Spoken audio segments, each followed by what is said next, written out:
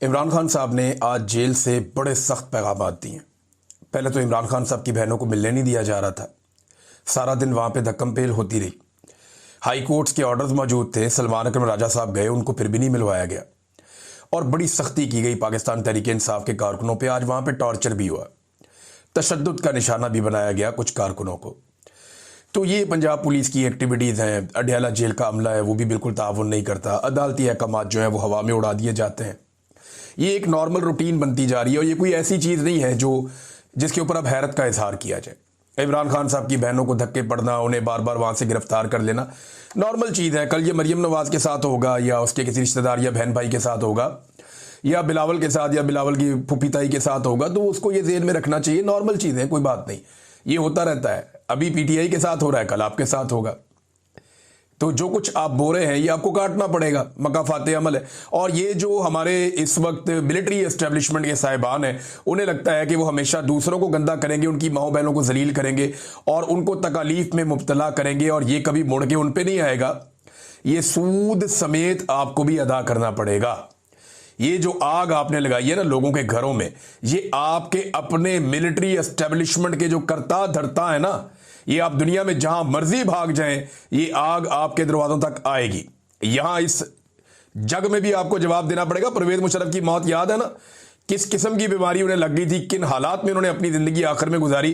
अल्लाह रब्बुल इज्जत का कानून बड़ा सख्त है और फिर जाकर अल्लाह को जवाब भी देना पड़ता है जो मासूमों के साथ किया जाए। जैसे इंसानों को पकड़ पकड़ के अमेरिका के हवाले किया गया, जिस तरीके से कत्लेआम किया गया, सारी दुनिया जानती है। तो इमरान खान साहब ने क्या कहा जरा ये आप सुने। ये बड़ी इमरान खान साहब के बड़े स्ट्रेट फॉरवर्ड बयान आते हैं आसिम मुनीर के बारे में। वो ये कहते हैं कि इस वक्त मुल्क का जो कंट्रोल है आसिम मुनीर फर्दे वाहिद के पास है।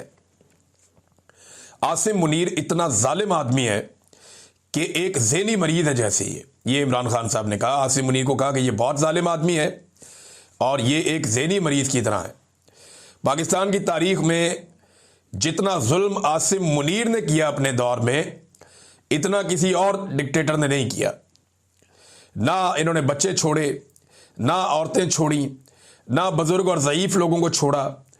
फिर डॉक्टर यास्मीन राशिद की इमरान खान साहब ने जेल में एग्जाम्पल दी, क्योंकि वो अपनी बहन एक बहन से वो मिले उस्मा खानम से, तो वो बता रही हैं सारी बातें बाहर आकर कि डॉक्टर यास्मीन राशिद केस की उन्होंने मिसाल दी इमरान खान साहब ने कि वो कब से जेल में है और उनका कसूर क्या है।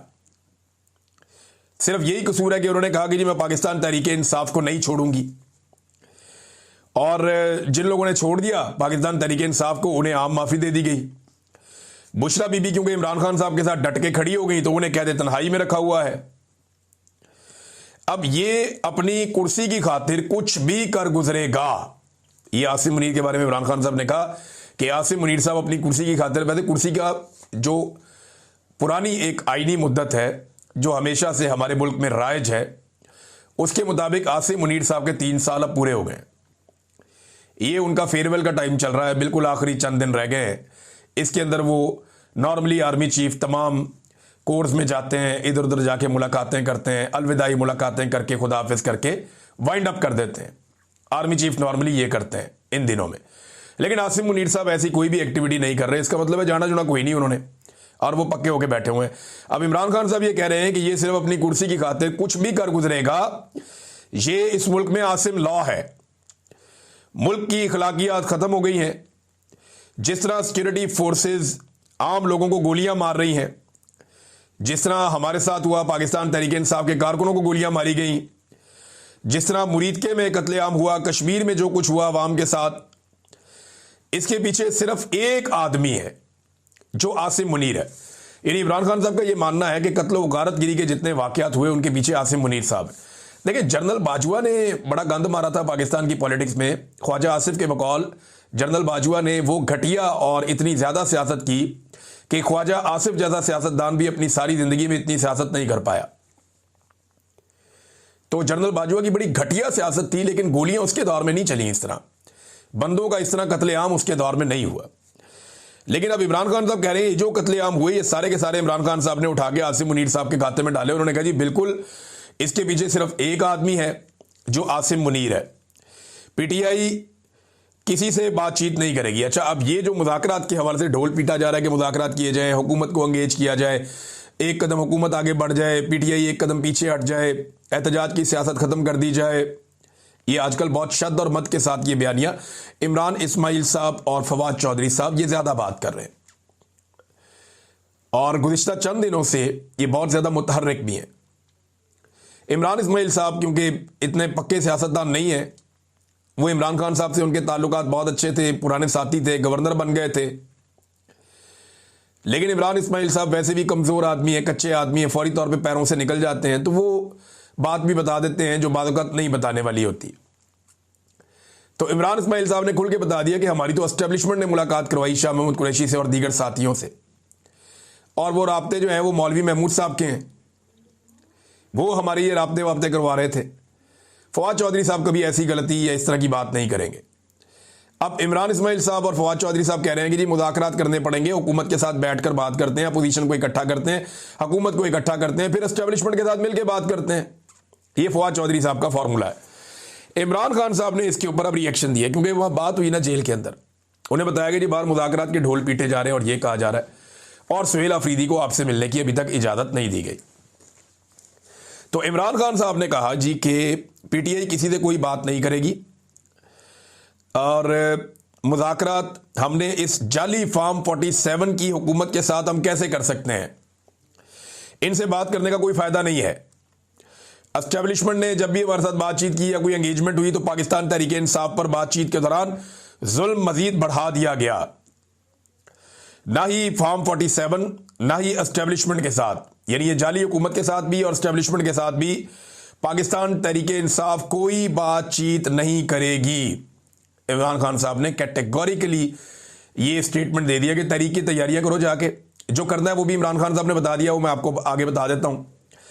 लेकिन इमरान खान साहब ने यह वादे कर दिया कि कोई भी पाकिस्तान तहरीक इंसाफ ना तो हुकूमत के साथ बातचीत करेगी, ना ही एस्टेब्लिशमेंट के साथ बातचीत करेगी। जो भी बातचीत होगी वो जो एक इत्तेहादियों का प्लेटफॉर्म बना हुआ है तहरीक तहफ़्फ़ुज़ आईन पाकिस्तान का, जहाँ पे अचकज़ई साहब हैं, अल्लामा राजा नासिर अब्बास साहब हैं और पीटीआई के दीगर लोग भी हैं, वो प्लेटफॉर्म अपने तौर पे बातचीत कर सकता है, एंगेजमेंट्स कर सकता है। लेकिन पाकिस्तान तहरीक इंसाफ सिर्फ उस प्लेटफॉर्म को सपोर्ट कर सकती है, डायरेक्ट किसी बातचीत का हिस्सा पाकिस्तान तहरीक इंसाफ ना तो एस्टेब्लिशमेंट के साथ बनेगी और ना ही हुकूमत के साथ किसी बातचीत का हिस्सा बनेगी। तो ये इमरान खान साहब का एक फैसला है। फिर इमरान खान साहब ने कहा कि तारीख में किसी सियासी कैदी को मेरी तरह नहीं रखा गया, मुझे कैद मंजूर है, मगर आसिम मुनीर की गुलामी किसी हाल में कबूल नहीं है। कैद में मुझे मौत आ जाए मगर गुलामी किसी तरह कबूल नहीं करूंगा। अब ये इमरान खान साहब ने बड़ा कैटेगोरिकली कह दिया, क्योंकि वो ये समझते हैं कि आसिम मुनीर साहब इमरान खान साहब को सरेंडर करवा के अपने गुलाम के तौर पे बाहर लाना चाहते हैं। वैसे आसिम मुनीर साहब को इस बात का शौक है, ये मैं ज़ाती तौर पे इसलिए जानता हूं कि एक दिन आसिम मुनीर साहब ने 3 सहाफ़ियों का नाम लिया और एक चौथे सहाफ़ी के सामने ये कहा, अगर वो सहाफ़ी ये सुन रहे हैं तो वो इसकी तस्दीक कर सकते हैं अगर करना चाहें तो, नहीं तो फिर आसिम मुनीर साहब की रिटायरमेंट के बाद तस्दीक कर दें, तस्दीक तो इसकी हो जानी है। आसिम मुनीर साहब ने एक सहाफ़ी को ये कहा कि इमरान रियाज से मैं कदम बोसी करवाऊंगा जैसा कि कौन करता है, तलत हुसैन का नाम लिया था, और भी 2 नाम लिए थे, मैं पर्दा रख रहा हूं, लेकिन तलत हुसैन का मैं इसलिए ले रहा हूं कि तलत हुसैन साहब सारी हदें अबूर करते जा रहे हैं, सारी हदें क्रॉस करते जा रहे हैं। तो आसिम मुनीर ने जिन 3 सहाफ़ियों का नाम लिया कि जैसे वो मेरी कदम बोसी करते हैं ऐसे मैं इमरान रियाज से भी कदम बोसी करवाऊंगा और उसकी नाक रगड़वाऊंगा। मेरा अल्लाह ना रगड़वाए तो किसी का बाप भी नहीं रगड़वा सकता। मेरा रब अगर मेहरबान हो ना, मेरा रब अगर मेहरबान है, मेरा रब अगर मदद करे और वो सब्र दे तो कोई नाक ऐसे रगड़वा नहीं सकता। इज्जत मेरे अल्लाह रब्बुल इज्जत के हाथ में। मैं यानी इनकी कैद के अंदर रहा हूं, इन्होंने वो जुल्म किए हैं, अजीबो गरीब इन्होंने हरकतें की हैं, मेरी वो हालत कर दी वो बता नहीं सकता आपको मैं, लेकिन चले कोई नहीं, टाइम गुजर गया। तो ये इमरान खान साहब ने भाई क्लियरली कह दिया, उन्होंने कहा नहीं, मौत कबूल करूंगा, कैद कबूल करूंगा, आसिम मुनीर की गुलामी किसी हालत में कबूल नहीं करूंगा और मैं मरना पसंद करूंगा, ये इमरान खान साहब ने कहा। फिर उन्होंने कहा जी कि दुनिया की तारीख में कौमों का हाल तब तक तब्दील नहीं होता जब तक वो खुद को तैयार नहीं करती। आज़ादी या मौत, आपको एक चुनना पड़ेगा, या आप आजादी लेंगे या आप मौत लेंगे। कौम को इस लेवल तक अपने आप को तैयार करना पड़ेगा। जब तक कौम खुद को तैयार नहीं करती तब तक आजादी नहीं मिलेगी। फिर इमरान खान साहब ने कहा, क्योंकि सलमान अकरम राजा साहब पे तो बहुत बड़ी जबरदस्त बम्बारमेंट होती है, उन पे अटैक किया जाता है सलमान अकरम राजा साहब पे, तो उनके हवाले से इमरान खान साहब ने कहा जी मुझे उस पर पूरा भरोसा है सलमान अकरम राजा पे, और उन्हें पैगामात पहुंचाए जाएं मेरी जानिब से, क्योंकि पार्टी को कुछ पैगामात इमरान खान साहब ने पहुंचाए, वो सलमान अकरम राजा साहब लेकर जाएंगे और ले जाकर पार्टी के लोगों को देंगे। अब क्योंकि खान साहब ने ये पैगाम है इनके जब ट्विटर हैंडल से आएगा तो बाकी जो चीजें रह गई हैं वो फिर रिकॉल करके वो बताते हैं, और फिर इमरान खान साहब का पूरा एक ट्वीट जारी हो जाता है, वो ट्वीट भी जारी हो जाएगा। लेकिन चंद चीजें मैं आपके सामने रखता हूं जो बड़ी इंटरेस्टिंग है। इमरान खान साहब ने मुरीदके का तस्करा किया तो आज सुबह सुबह एक वीडियो आई, मैंने उस वीडियो को बड़े गौर से देखा। जिस शख्स ने मुझे वीडियो भेजी उसने कहा जी और वीडियोस भी हैं उसकी इतला के मुताबिक, और वो ये कह रहा है कि ये एक वीडियो नहीं है, ये ज्यादा वीडियोस हैं, और वक्त आने के साथ साथ मजीद वीडियोस सामने आ सकती हैं। इन वीडियोस में ना मुरीदके लिखा हुआ है, पीछे एक बाटा की दुकान भी है, उसके ऊपर नंबर भी लिखा हुआ है, पीछे एक जगह पे एक लिखा हुआ मोटरसाइकिल सवार हजरात जो हैं वो अंडरपास से गुजरे हैं, वो भी एक जगह पे लिखा हुआ है, सामने कुछ नंबर लिखे हुए हैं, एक एड्रेस लिखा हुआ है मुरीदके का। तो ये कंफर्म हो रहा है कि ये एरिया कहीं मुरीदके का ही है। फिर वहां पे जितने बड़ी तादाद में पुलिस खड़ी है, जिस तरीके से उन्होंने हेलमेट और वो सामान पहना हुआ है, तो ये किसी मॉब को कंट्रोल करने के लिए पुलिस इस तरह का सामान पहनती है। तो मुरीदके में माजी करीब के अंदर जो एक बड़ा इंसिडेंट हुआ वो ये सानिया मुरीदके का है, जहां पे तहरीक लब्बैक के लोगों पर गोलियां चलाई गई। अब ये जो वीडियो है ये इतनी खौफनाक है, इसमें एक ट्रक नजर आता है और पुलिस वाले कुछ उस ट्रक के अंदर डाल रहे हैं, और आसपास जो है वो घेरा डाला हुआ है, पुलिस ने, गाड़ियां भी खड़ी हैं, और पुलिस वाले ही वहां पे मूव कर रहे हैं, इधर उधर आ जा रहे हैं। अब ये जो सिक्योरिटी फोर्सेस के लोग हैं इनमें कुछ सादा कपड़े वाले लोग भी हैं। एक मैंने बड़े गौर से जब क्लोज करके देखा तो वो ये दिखाई दिया कि एक बंदा है, अब जख्मी है या लाश है कुछ समझ नहीं आ रही, वो हिलजुल नहीं रहा बिल्कुल, उसके अंदर मूवमेंट नहीं है, उसको उठाकर पुलिस वालों ने ट्रक के अंदर फेंका है। अब इससे पहले कुछ लोग ये दावे कर चुके हैं कि लाशों को ट्रकों के अंदर डाल के वहां से मुंतकिल किया गया। ये बड़ा हौलनाक सूरत हाल है, इसके ऊपर जुडिशियल इंक्वायरी होनी चाहिए।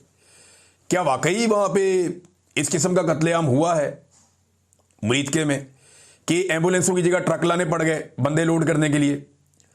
देखिए सैकड़ों एम्बुलेंसेज मौजूद रहती हैं हर वक्त पूरे पंजाब में, और जब इस तरह का सानिया या वाकया कहीं होता है तो उससे पहले वो करीब पहुंचा देते हैं कि अब क्योंकि ऑपरेशन होना है या सूरत हाल खराब हो सकती है, लोग जख्मी हो सकते हैं, तो जख्मियों को और लाशों को यहां से मुंतकिल करना।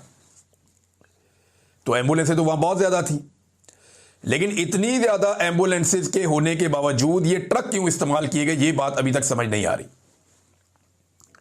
ट्रक क्यों इस्तेमाल किए गए? जिन लोगों का वो काम है उन्हें वो करने क्यों नहीं दिया गया? जो एम्बुलेंस के ड्राइवर्स हैं उन्होंने, जो उसके इंचार्ज हैं ईदी वाले, उन्होंने समा टीवी को इंटरव्यू देते हुए कहा, जो हुकूमत का अपना टीवी है, उसको इंटरव्यू देते हुए उन्होंने कहा जी कि यहां से जो जख्मी हम ले गए हैं वो 100 से 150 हैं, हम लोग ले गए, उनकी अपनी सर्विस और सर्विसेज भी हैं जो काम करती हैं। उन्होंने इतनी बड़ी तादाद में जख्मी बताए, लाशों के बारे में उन्हें कोई अंदाजा नहीं है। डॉन की रिपोर्ट ये कहती है कि हजारों गोलियां चली हैं और लगातार चलती रही हैं, और बड़ी देर तक वहां पे फायरिंग होती रही है, बहुत देर तक, घंटों तक ये सिलसिला जारी रहा, शेलिंग और फायरिंग होती रही है, और लाउड स्पीकर में ऐलान किए गए पुलिस की जानिब से कि बाहर कोई ना निकले। तो जब तक पूरा एरिया क्लियर नहीं कर दिया गया तब तक बाहर नहीं निकलने दिया गया, लेकिन जब फिर उसके बाद हम बाहर निकले तो फिर हमने देखा कि खून के धब्बे जगह जगह थे और हजारों गोलियों के खौल सड़कों पे इधर उधर पड़े हुए थे। यह डॉन की रिपोर्ट है।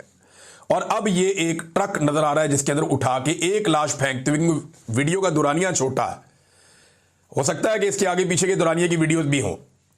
जो वीडियो सोशल मीडिया पे गर्दिश कर रही है, मेरे पास जो वीडियो है वो उससे 7-8 सेकंड लंबी है, जिसने सोशल मीडिया पे डाली, हो सकता है उसने एडिट करके डाली हो। लेकिन अब मैंने बड़े गौर से देखा तो कम से कम 1-2 मरतबा मुझे ऐसा महसूस हुआ, और एक मरतबा तो बहुत क्लियर महसूस हुआ कि एक बंदे को उठा के पुलिस वाले ट्रक में फेंक रहे हैं। हालांकि वहां तो बहुत सारी एम्बुलेंसेज थी, ट्रक की जरूरत क्यों पड़ी? तो इसलिए मैं ये कहता हूं कि बजाय इसके कि मामला और खराब हो, देखे ना, ये डरे हुए तो हैं, इन्होंने सारे सियासतदानों की सिक्योरिटी तब्दील कर दी है, इन्होंने मरीम नवाज की सिक्योरिटी की पूरी स्क्रूटनी की है। इन्होंने ये इतने डरे हुए हैं कि मौलवियों को इन्होंने वजीफे लगा दिए हैं, बहुत सारी मसाजिद इन्होंने बंद कर दी हैं और इकरारनामे मौलवियों से ले रहे हैं। बड़ी अच्छी बात है, उनको पुरअमन रखना चाहिए, ये तो सबसे लेने चाहिए। लेकिन मुरीदके में ऐसा कुछ ज़रूर हुआ है जिस पे पर्दा डाला जा रहा है और इस पे हमें सबको बहैसियत कौम आवाज़ उठानी चाहिए। देखिए, जुल्म इमरान खान के खिलाफ हो, किसी खातून के खिलाफ हो, किसी पश्तून के खिलाफ हो, किसी बलोच के खिलाफ हो, किसी पंजाबी के खिलाफ हो, जुल्म जुल्म होता है। तहरीक लब्बैक के खिलाफ हो, नून लीग के कारकुन के खिलाफ हो, किसी के खिलाफ हो, जुल्म जुल्म ही होता है। तो जुल्म के खिलाफ आपको आवाज़ उठानी चाहिए, हर दौर में उठानी चाहिए। तहरीक लब्बैक से लाख इख्तलाफात सही, लेकिन इसके बावजूद तहरीक लब्बैक के साथ जुल्म अजीम हुआ है, इनको घेर के मारा गया। और दोनों भाई जो साद रिजवी और अनस रिजवी हैं, ये बेचारे बाहर आके जो भी कहते रहे बेचारे बाहर आके, लेकिन ये एजेंसियों की तहवील में ये लिखी बड़ी बात है, ये कहीं और नहीं है। हो सकता है शुमाली इलाका जार से बाद में बरामद हो जाए, हो सकता है ये कहें जी कि हम कहीं चले गए थे, हम वापस आ गए हैं। अभी तक तो वो नहीं मान रहे, अभी तक तो वो डटे हुए हैं। और दूसरा, उनको अंदर रखना भी मकसूद है, वो इसलिए अभी उन्हें अंदर रखना मकसूद है क्योंकि इस वक्त जो तहरीक लब्बैक है उसके गुब्बारे में से हवा निकाली जा रही। पीटीआई का मैं आपको बता रहा था, कोई बंदा खरामा मिलता था, प्रेस कॉन्फ्रेंस करवा के बड़े खुश होते थे मिलिट्री एस्टेब्लिशमेंट के लोग, और तहरीक लब्बैक के लोग जत्था बना के आते हैं। ये हमला करने भी जत्था बना के आते थे, ये प्रेस कॉन्फ्रेंस करने भी जत्था बना के आते हैं। 20-20, 25-25, 30-30 इकट्ठे बैठ के कहते हैं जनाब कि हमारा कोई ताल्लुक नहीं है तहरीक लब्बैक से, हम जानते नहीं है जी, हमें माफ़ कर दें, हम इसके साथ कोई ताल्लुक नहीं रखना चाहते, पाकिस्तान जिंदाबाद, पाक फौज पाइंदाबाद, और जनाब अली हम वफादार रहेंगे, हम जनाब जैसे कहेंगे वैसे चलेंगे। पहले तो ये कस्में खाते थे, कुराने उठाते थे, पहले ये कहते थे हम दीन के लिए काम कर रहे हैं, पहले ये कहते थे हम हुब्बे रसूल में ये काम कर रहे हैं, तो अब जनाब आप किस लिए काम कर रहे हैं? तो इस तरह के दावे नहीं करने चाहिए और इस तरह के ताने दूसरों को नहीं देने चाहिए कि वक्त आने पर आप बुरी तरह एक्सपोज हो जाए। तो तहरीक लब्बैक वालों ने ज्यादती जरूर की थी, लेकिन उनके साथ बहुत बुरी हो रही है। अभी मैं फिर आज देख रहा था, बहुत सारे बंदे जी मेरा भी कोई ताल्लुक नहीं है, मेरे अब्बू का भी कोई ताल्लुक नहीं है। वो दूसरा एक आ गया, कहता जी मैंने इलेक्शन जरूर लड़ा लेकिन मैं तहरीक लब्बैक से खुश नहीं हूं जी, हम उनसे अपनी अलहदगी करते हैं, हमारा कोई उनसे ताल्लुक नहीं है। तो धड़ाधड़ उनकी जो है वो प्रेस कॉन्फ्रेंसेज करवाई जा रही हैं, एक के बाद एक। नाज़रीन, खैबर पख्तूनख्वा में 12 नवंबर को अमन जरगा होने जा रहा है, जिसमें बहुत सारी सियासी जमातें शामिल होंगी, दीगर स्टेक होल्डर्स शामिल होंगे, साबिक और मौजूदा गवर्नर शामिल होंगे, सियासतदान शामिल होंगे और सियासी क़यादत शामिल होगी। तो ये जो अमन जरगा है 12 नवंबर को जो होने जा रहा है, इसमें जो फैसले मुबैना तौर पर सामने आ सकते हैं, ये एस्टेब्लिशमेंट के लिए कोई नरम चीज़ नहीं होगी, उनके लिए मुश्किलात पैदा हो जाएंगी। और एक बड़ी मुश्किल ये है कि सुहेल अफरीदी को इमरान खान साहब ने जब बनाया वज़ीर आला खैबर पख्तूनख्वा, तो इससे ना नौजवानों में एक तहरीक पैदा हुई, यानी उम्मीद पैदा हो जाती है ना, भाई ये बन सकता है तो हम भी बन सकते हैं। भाई हमारा बंदा उठा के हमारे बीच में बैठने वाला वज़ीर आला बना दिया इमरान खान ने, वो बड़ी ऑक्सीजन मिलती है, बड़ी ताकत मिलती है नौजवानों को। तो नौजवान खैबर पख्तूनख्वा में पहले से बहुत ज़्यादा मुतहर्रिक है और पाकिस्तान तहरीक इंसाफ को अभी कोई एहतजाज की इतनी जल्दी भी नहीं है। वो ये जानते हैं कि ये हुकूमत जिस शाख पे बैठी है उसे खुद काट रही है। वो ये जानते हैं कि ये अपना बेड़ा गर्क खुद कर रहे हैं और इनके अंदर बेचैनी बहुत ज़्यादा बढ़ती चली जा रही है। ना सिर्फ इदारों में बेचैनी बढ़ रही है, बल्कि हुकूमत के ईवानों के अंदर भी बेचैनी बढ़ रही है और एक के बाद एक ख्वाहिश जो एस्टेब्लिशमेंट की है, जैसा कि अब 27वीं आईनी तरमीम है, उसे पूरा किया जा रहा है। मैं आपको फिर बता देता हूं कि 27वीं आईनी तरमीम में पीपल्स पार्टी के नुक्ता नज़र से मुतसादिम 2-3 चीज़ें सिर्फ इसलिए शामिल की गई हैं ताकि बाद में पाकिस्तान पीपल्स पार्टी को बारगेनिंग का और फेस सेविंग का मौका मिले।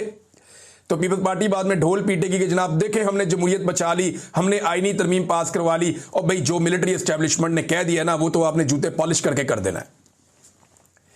ये तो बिलावल और जरदारी इनकार कर दें, सवाल ही पैदा नहीं होता, सवाल ही पैदा नहीं होता। ये एग्जैक्टली वही कहेंगे जो इनको मिलिट्री एस्टेब्लिशमेंट हुक्म दे देगी। ये तो इनको थोड़ी फेस सेविंग दी गई है कि जनाब हमको ये भी कहेंगे तो कहना जी ये हमने नहीं करना, तो हम आपसे फिर इस पे बार्गेन कर देंगे कि ठीक है जी ये वाला ना करें। मोहसिन बेग साहब ने इससे मिलती जुलती पूरी एक खबर भी जारी कर दी है और मोहसिन बेग साहब इस पे बड़ा सादा सादा वो फरमाते हैं कि जनाब ये चीज़ें तय हो गई हैं, इसके बाद कश्मीर में जो है वो पीपल्स पार्टी को हुकूमत भी दे दी जाएगी, ये भी फार्मूला तय हो गया है। तो पीपल्स पार्टी बिल्कुल वही करेगी, हल्की फुल्की बार्गेनिंग के बाद, कोई इसमें खराबी वाली बात नहीं है। हाँ, एक दिलचस्प सूरत हाल है जिसपे कुछ लोग गौर दिला रहे हैं। ये आमिर खान साहब हैं, जर्नलिस्ट हैं। इन्होंने बड़ी मज़ेदार बात लिखी है। बंदे को क्रेडिट देना चाहिए जो इस बारे में सोच रहा है। वैसे तो ये नंबर सबके सामने है। उन्होंने कहा 27वीं आईनी तरमीम में हुकूमत सेनेट में फंस जाएगी, वहां उनको 3 वोट मजीद दरकार है। अब उन्हें एएनपी को साथ मिलाना पड़ेगा कि 1 वोट उसका पड़ जाए एमएल वली खान का, और 2 वोट फजलुर रहमान से लेने पड़ेंगे। पीटीआई तो वोट नहीं देगी, तो फजलुर रहमान के 2 वोट लेने के लिए फजलुर रहमान साहब को फिर लचक दिखानी पड़ेगी। अच्छा, मैं आपको ये बताऊं, फजलुर रहमान साहब के अपने पिछली दफा भी 2-3 सेनेटर उनके कंट्रोल में नहीं थे और अब भी नहीं है, तो वो सेनेटर तो जाएंगे उधर ही जहां एस्टेब्लिशमेंट उन्हें कहेगी। तो फजलुर रहमान साहब कोई ना कोई रास्ता निकाल के, कोई ना कोई गेम करके एक मरतबा फिर अपनी इज्जत बचाने की कोशिश करेंगे, लेकिन होगा ये कि फिर एक मरतबा आला कार के तौर पे इस्तेमाल हो जाएंगे। नाज़रीन, इमरान खान साहब को जो लोग मशवरे दे रहे हैं आजकल, उनके बारे में अलीमा खानम ने भी स्टेटमेंट दे दिया। उन्होंने कहा जी, फवाद चौधरी, असद उमर, इमरान इस्माइल और इन जैसे बेशुमार प्रेस कॉन्फ्रेंस करके पार्टी को मुश्किल वक्त में छोड़ जाने वालों पर अपना वक्त बर्बाद करना बंद कर दीजिए। इन लोगों की बात कीजिए जो शहीद हुए, जिनको मिलिट्री कोर्ट से सजाएं हुई, वो तमाम लोग जो 2.5 साल से अब तक जेलों में कैद हैं। इनके लिए आवाज़ उठाएं कि इनको इंसाफ क्यों नहीं मिल रहा। वो आम लोग जिनके घर बर्बाद हो गए, घर वाले फाकों तक आ गए, उनकी बात कीजिए। ये अलीमा खानम ने स्टेटमेंट दिया है।